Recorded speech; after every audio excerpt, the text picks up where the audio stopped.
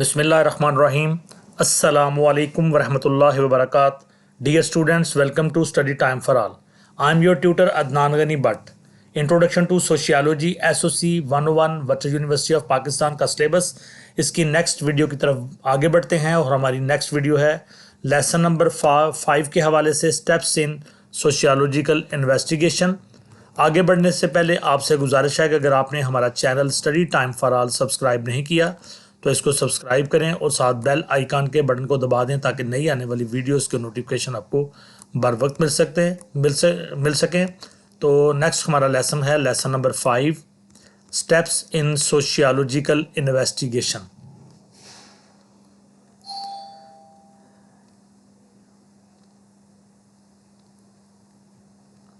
Investigation कहते हैं तहकीक को, रिसर्च को, और सोशियोलॉजिकल इमरानी तहकीक के मुख्तलिफ अक़दाम या स्टेप्स के सोशियोलॉजी के अंदर जो इन्वेस्टिगेशन करते हैं उसके कुछ स्टेप्स होते हैं। जब हम साइंटिफिक मेथड इस्तेमाल करते हैं तो साइंटिफिक मेथड के कुछ स्टेप्स होते हैं। तो इन्वेस्टिगेशन के लिए सोशियोलॉजिकल जो प्रॉब्लम्स होती हैं उनके सॉल्यूशन के लिए जो इन्वेस्टिगेशन करते हैं उसके डिफरेंट स्टेप्स को इस लेसन के अंदर हम पढ़ेंगे। तो लेसन ओवरव्यू देखते हैं। Steps in biology sociological investigation: broad area of interest identified, exploration, consultation, problem definition, theoretical framework, hypothesis, research question, research design, data collection, testing the hypothesis, report writing. तो अब इनको एक एक करके सारे स्टेप्स को देखते हैं। The research process requires a sequence of steps. तहकीक का जो अमल होता है इसके लिए मुख्तलिफ स्टेप्स के एक सीक्वेंस की ज़रूरत होती है, मुख्तलिफ इक़दामात के एक सिलसिले की ज़रूरत होती है। By and large the following steps are undertaken in sociological investigation. ताहम ये जो दर्जे ज़ैल स्टेप्स हैं जिनका ऊपर जिक्र किया गया, जो कि आगे हम डिटेल के साथ पढ़ेंगे, इनको सोशियोलॉजिकल इन्वेस्टिगेशन में स्टेप बाय स्टेप इनके ऊपर अमल किया जाता है। तो सबसे पहले number 1, broad area of interest identified. Broad area of interest, दिलचस्पी का जो वसी तर मुकाम है, वसी तर मसला है, यानी जिस मसले के हवाले से आपकी दिलचस्पी है, आप जिस मसले को सॉल्व करना चाहते हैं, जिस मसले का ताल्लुक़ हमारी सोसाइटी के साथ है, सबसे पहले तो हमें उसको आइडेंटिफाई करना है, अपनी मंजिल तय करनी है, एक हदफ तय करना है कि ये मसला है जिसका ताल्लुक़ सोशियोलॉजी के साथ है, हमारी सोसाइटी के साथ है। तो उसके अंदर जो हमारी दिलचस्पी है उसको सबसे पहले हमने आइडेंटिफाई करना है, उसकी शनाख्त करनी है। Broad problems area refers to the entire situation where one sees a possible need for research and problem solving. तो ब्रॉड प्रॉब्लम एरिया, वसी तर मसले वाला जो एरिया है, जो refers to the entire situation, ये हवाला देता है मुकम्मल सूरत हाल की तरफ। Where one sees a possible need, जहाँ किसी भी शख्स को महसूस होता है कि यहाँ पे मुमकिन हद तक ज़रूरत है फॉर रिसर्च, तहकीक की, एंड प्रॉब्लम सॉल्विंग, और मसाइल को हल करने की। कोई शख्स, कोई इदारा या कुछ लोग मिलकर समझते हैं कि मुआशरे के अंदर ये वाला जो मामला है इसके अंदर मुनासिब रिसर्च की ज़रूरत है और यहाँ पे जो मसाइल हैं उनको हल होना ज़रूरी है। तो इसको हम कहते हैं broad area of interest. The specific issues that need to be researched, ख़ास किस्म के मसले, ख़ास किस्म के प्रॉब्लम्स, ख़ास किस्म के इशूज़ जहाँ पे ज़रूरत होती है रिसर्च की, तहकीक की। विद इन दिस सिचुएशन, इस सिचुएशन में, सूरत हाल में, may not be identified at this stage, हो सकता है कि यहाँ पे उनको आइडेंटिफाई ना किया जा सके। फॉर एग्जांपल, मिसाल के तौर पे, the broad area of interest में be entire field of education. Education के शोबे को लेके उसके एग्जाम्पल दे रहे हैं ये। फॉर एग्जाम्पल, मिसाल के तौर पर, the broad area of interest, वसी तर दिलचस्पी का जो मैदान है, may be the entire field of education, हो सकता है सारे का सारा जो एजुकेशन का शोबा है वो सारे का सारा उस मसले में शामिल हो। और with in education could be examination system, या फिर तालीम के सिस्टम के अंदर जो एग्जामिनेशन सिस्टम होता है, इम्तहानी सिस्टम होता है, उसके अंदर मसाइल हों और उनको डिस्कस होना हो। स्टूडेंट टीचर रिलेशंस, या फिर हमें स्टूडेंट्स और टीचर्स के रिलेशंस के ऊपर कुछ मसाइल जो दरपेश आ रहे हैं उन पे बात करनी हो। द एक्स्ट्रा करिकुलर एक्टिविटीज़, गैर नसाबी जो सरगर्मियाँ होती हैं उनमें कुछ मसाइल दरपेश हों, उन पर बात करनी हो। कोर्स कंटेंट्स, जो निसाब है उसके जो मुख्तलिफ कंटेंट्स हैं, अज्जा हैं, उन पे बात करनी हो, एंड सो ऑन, या फिर इसी तरह से किसी और मसले पे बात करनी हो, तो सबसे पहले हमने उस शोबे को, उस मसले को जो अहाता करता है जो चीज़, उसको आइडेंटिफाई करना है। Within the broad area of education, जब हम एजुकेशन के ब्रॉड एरिया की बात करते हैं, look at one observation about the maths failure of students, तो एक मुशाहिदा जो है उसकी तरफ आप देखिए, जिसमें बहुत ज़्यादा तालिब इल्म फेल हो जाते हैं, नाकाम हो जाते हैं इन दर ग्रेजुएट एग्जामिनेशन, ग्रेजुएट इम्तहान में ऑफ डिफरेंट यूनिवर्सिटीज़, मुख्तलिफ यूनिवर्सिटीज़ में देखते हैं कि ग्रेजुएट सतह पे जो इम्तहानात होते हैं उसमें एक बड़ी तादाद स्टूडेंट्स की नाकाम हो जाती है। तो इसको अगर हम ऑब्ज़र्व करें तो ये एक ब्रॉड एरिया ऑफ इंटरेस्ट जो है ना हमें नज़र आता है। Such identification may be based on one's experiences and are on general observations in which one may have sensed that certain changes are occurring or certain changes need to take place for the improvement of the situation. ऐसी जो identification होती है, शनाख्त होती है, may be based, उसकी बुनियाद हो सकती है ऑन वंस एक्सपीरियंस, किसी भी शख्स के अपने तजुर्बात की बुनियाद पर, and are on general observations, या आम लोगों के मुशाहिदात को देख के, in which one may have sensed, जिसमें कोई शख्स जो कि इन मसाइल को हल करने की कोशिश कर रहा है, तो वो अपनी सेंस यूज़ करता है, लोगों की ऑब्जर्वेशन को देखता है, अपने एक्सपीरियंस को देखता है, that certain changes are occurring और certain changes needs to take place. तो वो क्या देखता है कि इस शोबे के अंदर, इस मसले के अंदर जहाँ पे मसला नज़र आ रहा है, वहाँ पे मुख्तलिफ़ किस्म की जो तब्दीलियाँ रूनमा हो रही हैं, या फिर कुछ तब्दीलियों के रूनमा होने की ज़रूरत है for the improvement of the situation, सूरत हाल की बेहतरी के लिए। When the observed phenomena are seen to have potentially important consequences, then one could proceed to the next step. When the observed phenomena are seen, जब हम देखते हैं कि वो फिनोमेना, वो मुश्किल, वो मसला, वो प्रॉब्लम जिसको ऑब्ज़र्व किया जा रहा है, to have potentially important consequences, इसके जो है अहम नताइज हो सकते हैं। यानी अगर तो उसके कोई नेगेटिव चीज़ें हैं तो उसके मुआशरे के ऊपर, स्टूडेंट्स के ऊपर, या जिस भी शोबे से रिलेटेड मसला है उसके अहम किस्म के नताइज, कॉन्सिक्वेंसेस हो सकते हैं। Then one could proceed to the next step, फिर जो शख्स है रिसर्च करने वाला, वो दूसरे स्टेप की तरफ, दूसरे इकदाम की तरफ आगे बढ़ता है। तो सबसे पहले मसले की शनाख्त है, मसले का अहाता करना है कि किस मसले के ऊपर हम उसका सोल्यूशन चाह रहे हैं, उसके इश्यूज, उसके प्रॉब्लम को सॉल्व करना चाह रहे हैं। दूसरा स्टेप है एक्सप्लोरेशन, कंसल्टेशन। एक्सप्लोरेशन दरियाफ्त करना, कंसल्टेशन मुशावरत करना। This step involves preliminary information gathering on the issue that has been observed. इस स्टेप में बुनियादी मालूमात को इकट्ठा किया जाता है उस इशू के हवाले से जिसको ऑब्जर्व किया जाना है, जिसका हमने मुशाहिदा करना है। In our example of students maths failure of graduate level, तो जो मिसाल ऊपर दी गई जिसमें तालिब इल्म ग्रेजुएट लेवल पे बहुत बड़ी तादाद में फेल हो जाते हैं, this could be done by having informal consultations with several people in the education department. तो एजुकेशन डिपार्टमेंट के अंदर मुख्तलिफ लोगों से कुछ गैर रवायती मुशावरत की जाएगी, उनसे सवालात किए जाएंगे, जैसे कि टीचर से, एग्जामिनर से, एडमिनिस्ट्रेटर से, स्टूडेंट से, as well as with their parents, हत्ता के तलबा के वालिदैन से। Exploring the perceived reason for the existing situation, ताकि जो मौजूदा सिचुएशन है जिसमें बहुत सारे तालिब इल्म नाकाम हो रहे हैं, उसकी वजूहात को तलाश किया जा सके। Additionally one could go to internet and see if some previous studies relevant to the issue have been conducted nationally और इंटरनेशनली।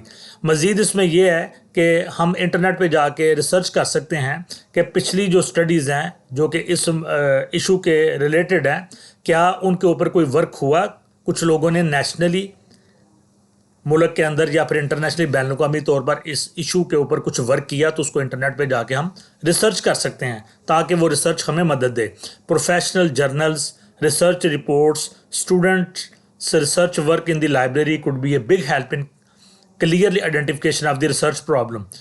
जो प्रोफेशनल जर्नल्स होते हैं, जराइद, रसाले होते हैं, पेशावराना रसाइल, तहकीकी रिपोर्ट्स और तलबा का तहकीकी काम लाइब्रेरी के अंदर, ये सारी चीज़ें हमें बहुत बड़ी मदद दे सकती हैं। उस रिसर्च प्रॉब्लम जिसके ऊपर हम रिसर्च करना चाह रहे हैं उसकी आइडेंटिफिकेशन के लिए, उसकी शनाख्त के लिए। नेक्स्ट स्टेप है प्रॉब्लम डेफिनेशन, मसले को डिफाइन करना।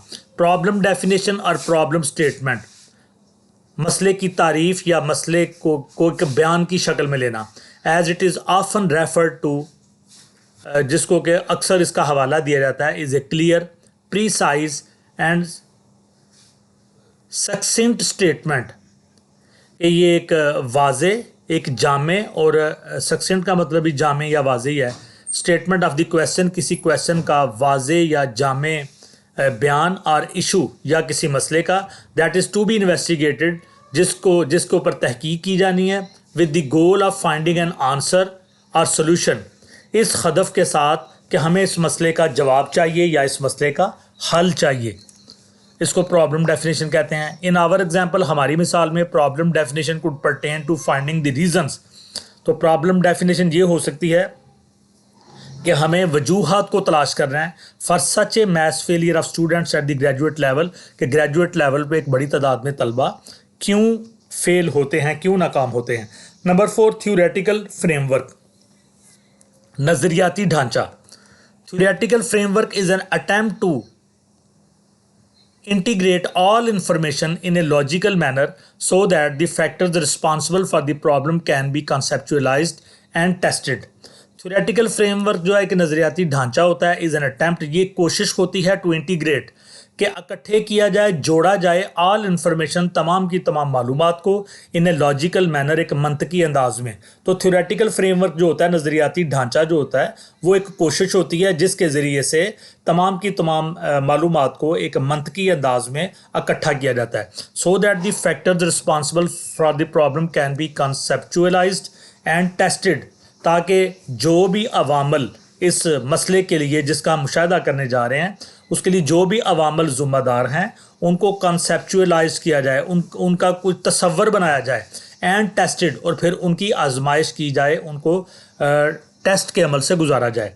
इन this step the critical factors are examined. इस स्टेप में जो ख़ास किस्म के अवामल होते हैं उनका मुआयना किया जाता है, एज टू देयर कॉन्ट्रीब्यूशन और influence in explaining why the problem occurs,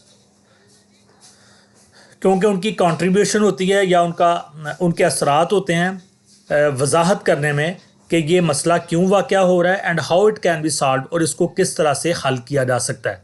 the network of associations identified among different factors, मुख्तलिफ फैक्टर्स के अंदर जो ताल्लुक़ है उसकी शनाख्त की जाती है। Would then be theoretically woven together, फिर इनको नज़रियाती तौर पे आपस में जोड़ा जाता है विद जस्टिफिकेशन, सही तरीके से, as to why they might influence the problem under study, और ये देखा जाता है कि क्या ये जो फैक्टर्स हैं जिस मसले को हम ज़ेर मुताला ला रहे हैं, ज़ेर बहस ला रहे हैं, उनके ऊपर असरअंदाज होते हैं या नहीं। This will give us A theoretical model of the study, और ये चीज़ हमें जो हमारा मुताला है उसका नज़रियाती मॉडल हमें पेश करेगी। नेक्स्ट है G number 5, hypothesis research questions. Hypothesis कहते हैं मफरूज़े को, कि हम फ़र्ज़ कर लेते हैं कि यूँ होगा तो यूँ होगा, यूँ होगा तो यूँ होगा, और फिर जो ये जो मफरूज़े होते हैं उनको एक्सपेरिमेंट के ज़रिए से साबित करने की कोशिश की जाती है। तो हाइपोथेसिस एक को मफरूज़ा कहते हैं, और SES कर दे तो फिर ये प्लूरल हो जाता है। द फार्मूलेशन ऑफ हाइपोथेसिस, किसी मफरूज़े का कायम करना, बनाना, which is a testable statement, जो कि टेस्टेबल स्टेटमेंट होती है कि किसी मसले के हवाले से एक स्टेटमेंट दी जाती है जो फाइनल नहीं होती, जो हतमी नहीं होती, और उसको टेस्टेबल स्टेटमेंट कहा जाता है इस हाइपोथेसिस को, कि ये अभी टेस्ट होना बाकी है, इसको बार बार चेक किया जाना ज़रूरी है। Or a number of hypothesis is the next logical step.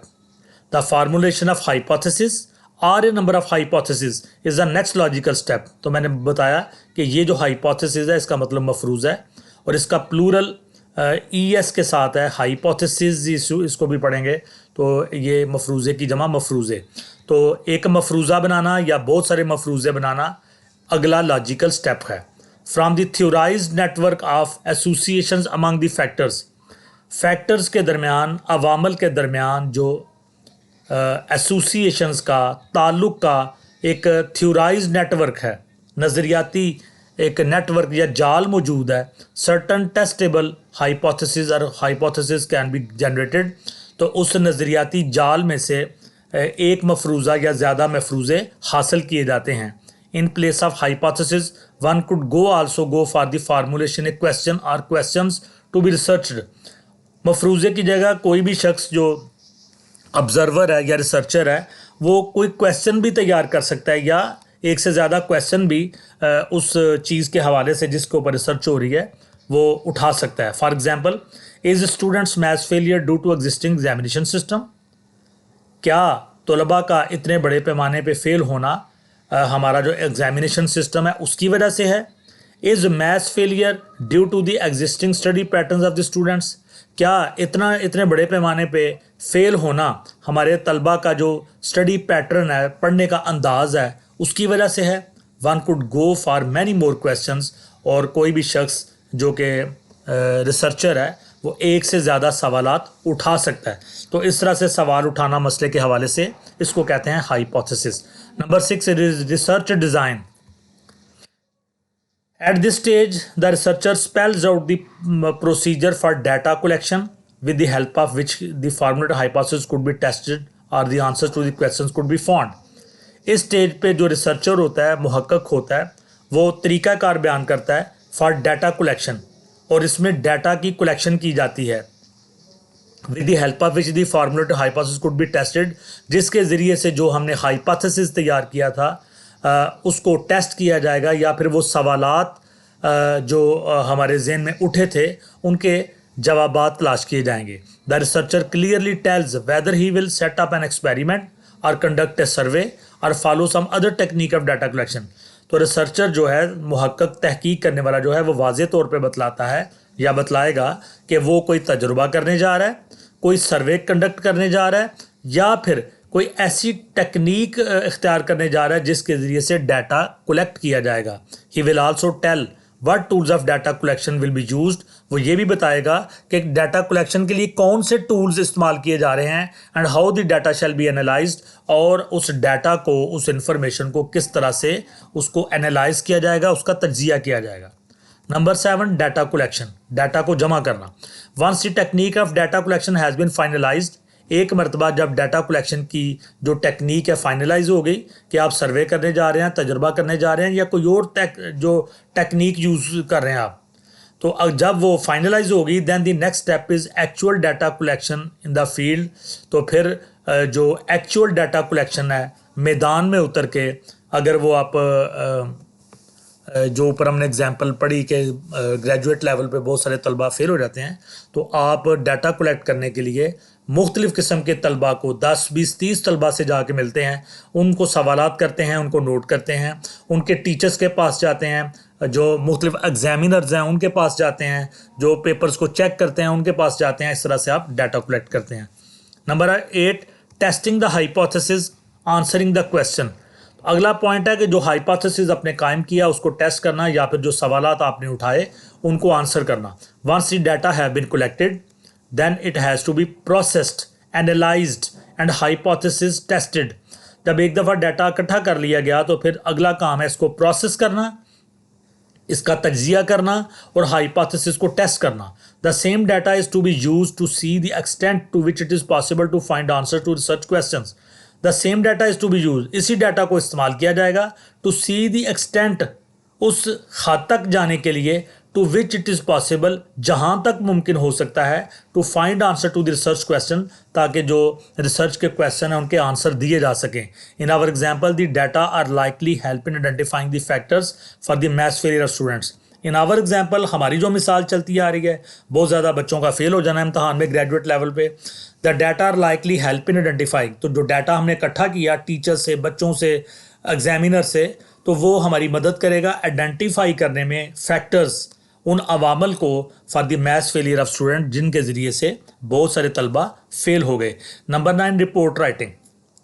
अब रिपोर्ट लिखी जाएगी और उसको जो है ना वो पब्लिश किया जाएगा या लोगों को बताया जाएगा। Report writing is the last step. Report writing आखिरी कदम है, which is expected to contain information on each one of the steps that was taken for carrying out this research process. इस रिसर्च प्रोसेस के लिए जितने भी steps उठाए गए, ऊपर हमने जितने भी स्टेप्स पढ़े हैं, तो इन सब की रिपोर्ट तैयार की जाएगी, उसको मुकम्मल तौर पे लिखा जाएगा on the basis of the results of the study. तो अपने मुताला की बुनियाद पर one could diagnose the forces operating in the students maths failure. तो स्टूडेंट्स के बहुत बड़े वसी पैमाने पे फेल होने के लिए जो फोर्सेस काम कर रही हैं उनकी तशखीस की जाएगी, उनको डायग्नोज किया जाएगा, उनको तलाश किया जाएगा। For example, in our example, हमारी एग्जांपल में this diagnosis will be utilise for making recommendations. और इस तशखीसी अमल के बाद, जैसे डॉक्टर मरीज़ को चेक करने के बाद डायग्नोज करता है कि भाई ये प्रॉब्लम है इसको, तो उसके बाद वो भी रिकमेंड करता है मेडिसिन्स। तो यहाँ पे भी डायग्नोसिस के बाद, तशखीस के बाद के मसले की तशखीस हो गई कि क्या क्या प्रॉब्लम्स हैं, किस किस शोबे में मसाइल हैं, तो फिर रिकमेंडेशंस दी जाएंगी, सिफारिश की जाएगी for the solution of the problem, मसले के हल के लिए। दैट वाज इन फोकस, जिसके ऊपर हमारा फोकस था। तो जी स्टूडेंट्स, ये बड़ा ज़बरदस्त जो था ये आपका लेसन था, बड़ा इम्पॉर्टेंट। और ये जो साइंटिफिक मेथड है उसके डिफरेंट स्टेप्स सोशियोलॉजिकल इन्वेस्टिगेशन के लिए, एक एग्जांपल स्टूडेंट्स के बड़े पैमाने पे फेल होना यूनिवर्सिटी लेवल पे, तो उसको बना के ये स्टेप्स जो हैं इनको अच्छी तरह से सीखें, समझें और याद करें। इंशाल्लाह नेक्स्ट लेसन नंबर 6 से आपसे मुलाकात होगी। वीडियो को लाइक करें, कमेंट्स दें, दोस्तों के साथ शेयर करें। Study time for all channel को सब्सक्राइब करें। अल्लाह हाफिज़।